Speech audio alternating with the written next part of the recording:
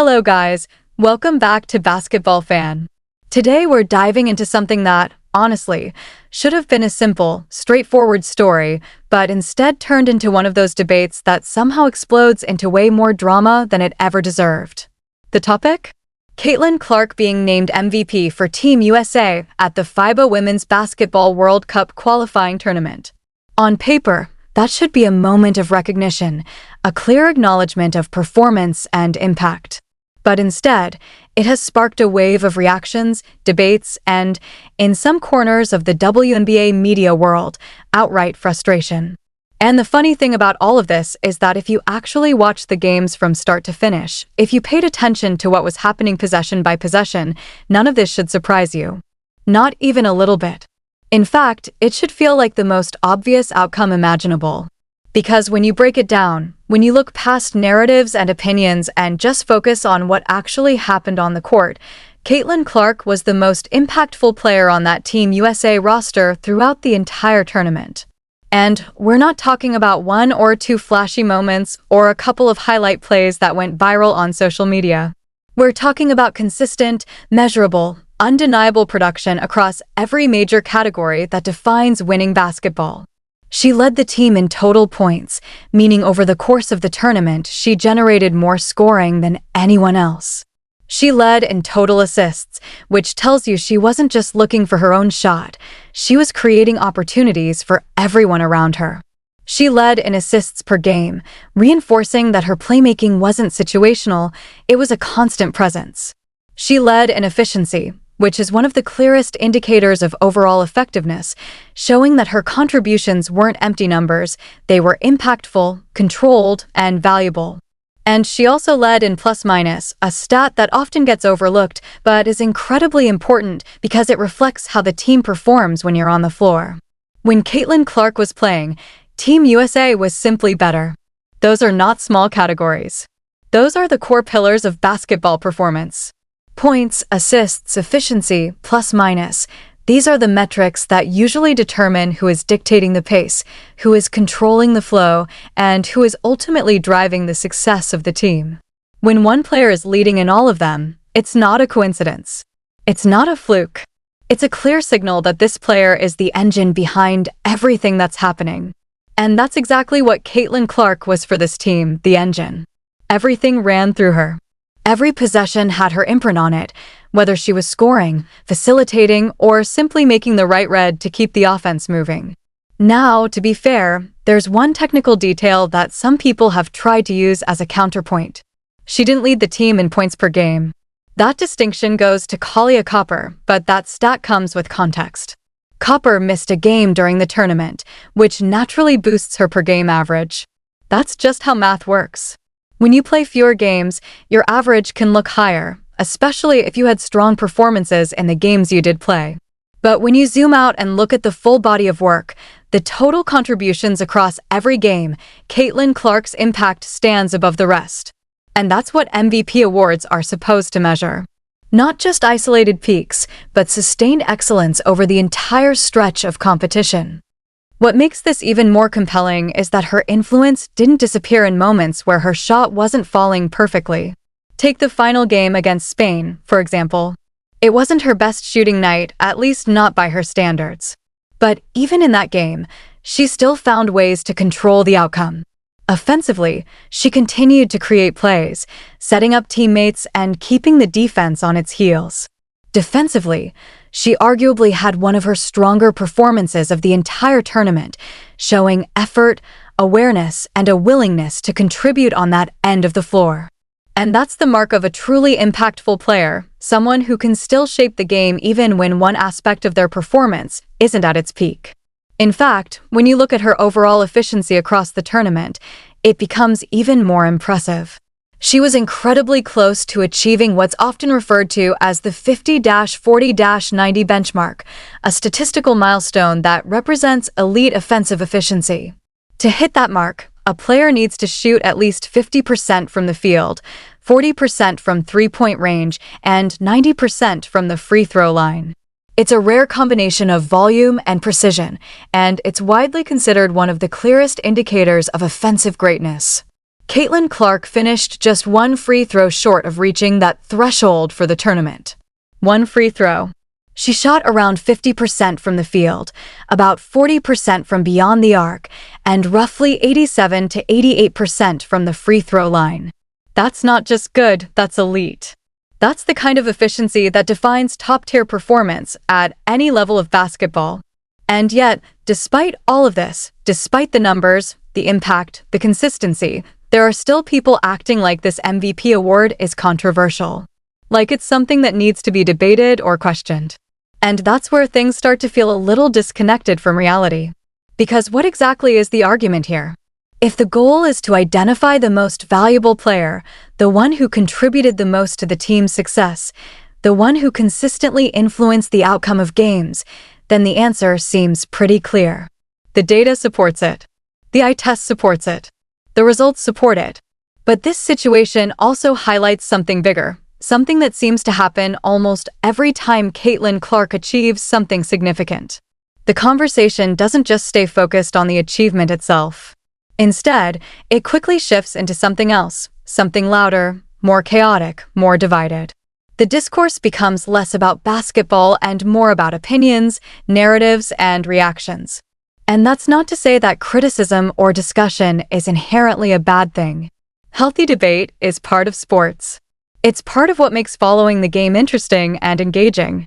But there's a difference between thoughtful analysis and reactionary noise. What we're seeing here feels a lot like the latter. Instead of breaking down her performance, instead of acknowledging what she actually did on the court, the conversation in some spaces has turned into something more emotional, more polarized. And that's where things start to lose clarity. Because when you strip all of that away, when you ignore the noise and just focus on the basketball, the picture becomes simple again. Caitlin Clark played at an elite level. She led her team in the most important categories. She impacted every game in multiple ways. And she helped drive Team USA to success in a high-level international tournament. At the end of the day, that's what an MVP is supposed to represent. It's not about popularity. It's not about narratives. It's not about who people expected to win or who they think should win based on factors outside the game. It's about performance. It's about impact. It's about value. And by those standards, Caitlin Clark checked every box. She didn't just have a good tournament, she had a defining one. The kind of performance that sets the tone, that establishes control, that leaves no doubt about who is leading the charge. So when you see the reactions, when you see the debates, it's worth asking a simple question. Are we watching the same games? Because if you followed the tournament closely and paid attention to the details, this outcome shouldn't feel controversial at all. It should feel inevitable. It should feel earned. And more than anything, it should feel like a recognition of exactly what happened on the court. And that's really what this comes down to. Not the noise, not the backlash, not the endless cycle of online reactions, but the basketball itself. Because at the end of the day, that's what matters. That's what should always come first. And in this case, the basketball tells a very clear story. Caitlin Clark was the engine, the leader, and the most valuable player on that Team USA squad. Whether people want to debate it or not doesn't change that reality. Hello guys, welcome back to Basketball Fan, and now we really need to get into the part of this conversation that pushed everything into completely unnecessary chaos. Because at first, you might think this is just typical internet overreaction, random comments, trolls, people looking for attention, but that's not actually what this was. We're talking about real voices in media spaces, actual commentary threads, verified accounts, and narratives that started gaining traction across major platforms. This wasn't just noise from the sidelines. This was discourse being shaped in real time by people who are supposed to understand the game at a deeper level. And somehow, that discourse reached a point where people were genuinely comparing Caitlin Clark winning MVP to historical injustice. That's not exaggeration. That's literally the level the conversation escalated to. And when you step back and really process that, it sounds completely insane, because it is. Think about how far that leap is. We're talking about a basketball award given after a short international tournament based on performance, impact, and results on the court. And somehow, that gets framed in the same language people use to discuss systemic issues and historical inequities. That's not just a stretch. That's a complete disconnect from reality. But that's where things went.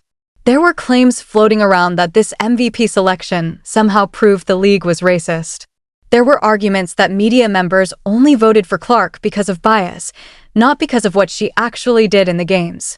And here's where it gets even more absurd. The MVP for this tournament wasn't decided by the WNBA. It wasn't a league-controlled vote. It wasn't some internal decision made behind closed doors by executives with agendas. It was voted on by credentialed media members covering the tournament itself.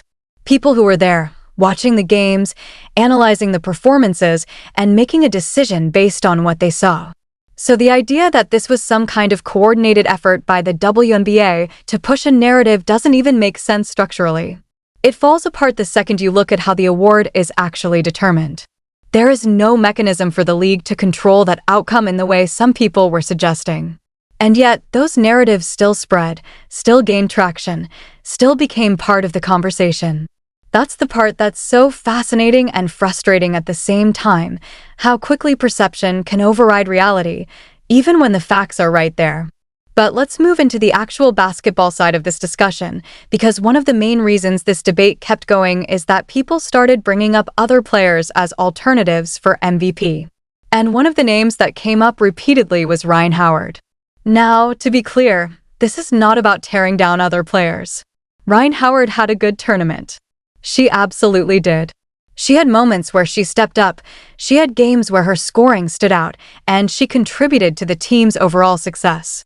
That part is not in question. The issue comes when people try to elevate that into an argument that she should have been MVP over Caitlin Clark, because that's where the context starts to matter a lot. When you look at Howard's performances against the weaker teams in the group stage, the numbers look strong. She had some big scoring games, and those performances helped build her overall statistical profile for the tournament. But when you shift your focus to the stronger teams, the ones that actually qualified for the World Cup, the picture changes. Against teams like Spain, Italy, and Puerto Rico, her production dropped significantly. In fact, across those 3 matchups combined, her scoring average was around 3 points per game. That doesn't mean she played poorly overall, and it doesn't erase the contributions she made in other games. But it does matter when you're comparing players for an MVP award, especially when that award is supposed to reflect performance against the highest level of competition. Meanwhile, Caitlin Clark's production held up much more consistently against those same stronger opponents. She was still averaging around 9 points per game in those matchups, and more importantly, she continued to lead the team in assists. So even when her scoring wasn't exploding, her playmaking was still driving the offense. She was still creating opportunities, still controlling the pace, still impacting the game in ways that don't always show up in simple scoring totals. And that consistency across different levels of competition is a huge part of what defines an MVP. Another layer to this that often gets overlooked is the role she was actually playing during the tournament. Caitlin Clark is naturally a point guard. That's where she's most effective, where she can fully control the game, dictate tempo, and maximize her playmaking ability. But during this tournament, there were multiple stretches where she wasn't even playing that role. She was effectively slotted into a small forward position at times, which changes everything about how she can impact the game. When you're not the primary ball handler, your ability to create is naturally limited.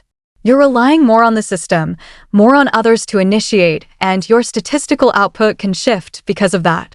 And yet, despite playing out of position, she still led the team in assists and maintained her overall impact. That alone says a lot about her versatility and basketball IQ. But there was a moment in the game against New Zealand that really highlighted the difference. Late in that game, she was finally given the keys to run the offense as the primary point guard, even if only for a short stretch. And in just 3 or 4 minutes, the entire dynamic changed. She immediately racked up multiple assists, the ball started moving more freely, scoring opportunities opened up across the floor, and the offense looked noticeably more fluid.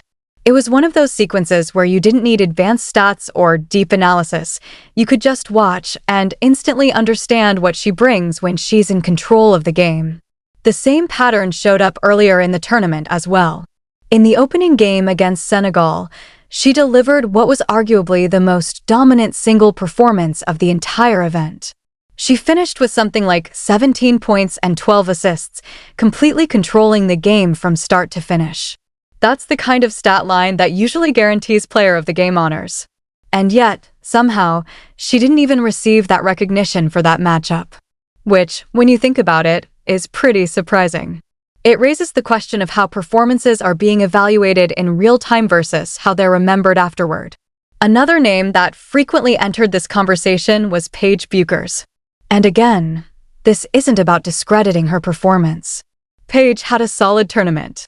She played efficiently, she contributed on both ends of the floor, and she had moments where her presence was clearly felt. That's a pretty clear indicator of who is converting opportunities more effectively. So when people emphasize efficiency as the main argument, it's important to actually look at what the numbers are saying. In this case, they show that Clark was not only scoring more, but doing so with fewer attempts, while also leading the team in assists. That combination of scoring and playmaking is exactly what makes her impact so significant. When the argument shifts to her being more deserving of MVP than Caitlin Clark, the numbers just don't really support that claim. For example, Paige actually shot a lower field goal percentage than Clark during the tournament. From three-point range, their percentages were roughly similar. And while Paige did shoot 100% from the free throw line, that statistic needs context. She only attempted 3 free throws in total. That's not a large enough sample size to carry significant weight in an MVP discussion. There's also the matter of scoring efficiency relative to shot attempts. At one point during the tournament, Paige had taken 7 more shots than Clark, but had scored 5 fewer points. Significant. And that's why, when you step back and evaluate everything as a whole, the MVP decision becomes pretty straightforward. It's not complicated. It's not controversial. It's a reflection of what actually happened on the court. If someone like Kelsey Plum had won the award, it probably wouldn't have sparked much debate either, because she was extremely consistent throughout the tournament. But even then, the overall impact still leans toward Clark. She was involved in more aspects of the game, influencing outcomes in more ways and maintaining that influence across different matchups and situations. But then the conversation took another strange turn, moving away from performance and into speculation about team dynamics. Some people started pointing out that only one teammate liked the official social media post announcing Clark as MVP. Others noticed that only Clark and head coach Stephanie White stayed for the final ceremony after the championship game. And suddenly, these observations were being used to build narratives about locker room tension, about how her teammates might feel, about whether there was some kind of underlying issue within the team. And this is where things really start to drift away from anything grounded in basketball. Because social media activity, or the lack of it, is not a reliable indicator of team relationships. Players engage with posts differently. Some are active online, some aren't. Some like posts immediately, others don't engage at all. Trying to draw conclusions from something like that is, at best, speculative and, at worst, completely misleading. The same goes for who stayed for a ceremony. There are countless reasons why players might leave early: travel schedules, team logistics, personal preferences, and turning that into a narrative. At the end of the day, what we're left with is a situation where a clear, statistically supported, performance-based decision somehow turned into a multi-layered controversy fueled by narratives, assumptions, and emotional reactions. And when you strip all of that away, when you ignore the noise and just focus on the game itself, the conclusion remains the same. Caitlin Clark was the most impactful player in that tournament. She led in the categories that matter most. She performed consistently against both weaker and stronger competition.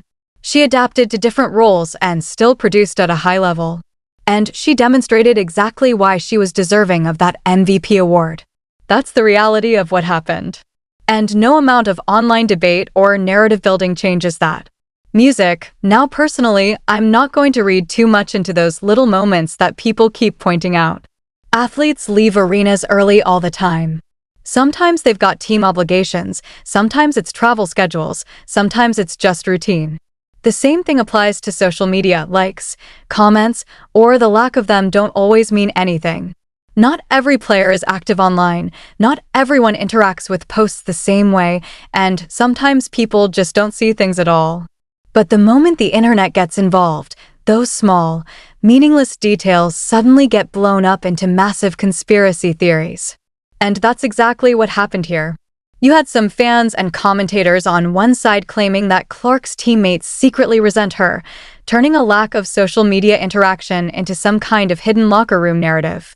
Then on the other side, you had critics of Caitlin Clark almost celebrating the idea that her teammates don't support her, as if that somehow validates their opinions about her success. And honestly, both sides are probably overreacting, like way overreacting. Because the reality is much simpler than all of that speculation. Most players are focused on the game itself. They're thinking about scouting reports, rotations, matchups, recovery, and preparation. They're not sitting around analyzing who liked what post or who stayed for which ceremony. That kind of narrative building mostly exists outside the locker room, driven by fans and media conversations rather than the players themselves. But what's really disappointing in all of this is the overall tone of the discourse. Instead of celebrating a strong performance in an international tournament, instead of appreciating what Team USA accomplished and how individuals contributed, the conversation somehow shifted into accusations, conspiracy theories, and endless debates about motives and bias. And that's kind of the unfortunate reality of the modern sports media environment. Whenever you have a polarizing star like Caitlin Clark, the focus often drifts away from the basketball and onto everything surrounding it. It becomes less about what happened on the court and more about how people feel about the player, what narratives they attach to her, and how those narratives fit into larger conversations. You can actually see this shift happening in real time within parts of the WNBA media ecosystem. There are commentators who genuinely seem uncomfortable acknowledging Clark's success outright. Instead of simply saying she had a great tournament, they pivot the conversation, redirect the attention, or emphasize other players whenever she wins an award. Now, to be clear, not everyone does this. There are plenty of journalists and analysts who cover the game fairly, who break down performances objectively, and who give credit where it's due. But there are definitely some voices that seem determined to frame every Caitlin Clark accomplishment as controversial, as if it always needs an asterisk or an explanation beyond the obvious. And when that mindset takes hold, it influences how the audience reacts as well. It creates this cycle where even the most straightforward achievements turn into debates. But if you step away from all of that noise and just look at what actually happened, the reality is incredibly simple. Caitlin Clark led the team in overall scoring impact. She led the team in playmaking, consistently creating opportunities for others and controlling the flow of the offense. She nearly reached the elite 50-40-90 shooting benchmark, which is one of the clearest indicators of high-level efficiency. And perhaps most importantly, her presence on the floor consistently improved the team's performance. When she was playing, Team USA operated at a higher level. The offense was more dynamic, the ball movement was better, and the overall execution was sharper. That's exactly what an MVP is supposed to represent. It's not about narratives or popularity or external opinions. It's about impact. It's about value. It's about who made the biggest difference when it mattered most. And by every reasonable measure, Caitlin Clark checked those boxes throughout the tournament. And here's the part that kind of cuts through all the noise. FIBA doesn't care about social media debates. They don't care about arguments happening in comment sections or threads. They're not influenced by trending topics or viral opinions. The people making these decisions are focused on the games themselves. They evaluate performances, they look at the full body of work, and they make a decision based on what actually happened on the court. And in this case, that evaluation led to one conclusion: Caitlin Clark was the most deserving player of that MVP award. So no matter how loud the online arguments get, no matter how many narratives people try to build around it, the record books tell a very clear story. Caitlin Clark was the most impactful player on Team USA in that tournament, and That's why she walked away with the MVP. At the end of the day, that's what matters. That's what lasts. The debates will fade, the arguments will move on to the next topic, but the performance and the recognition stay. So now it comes down to you. What do you think about all of this?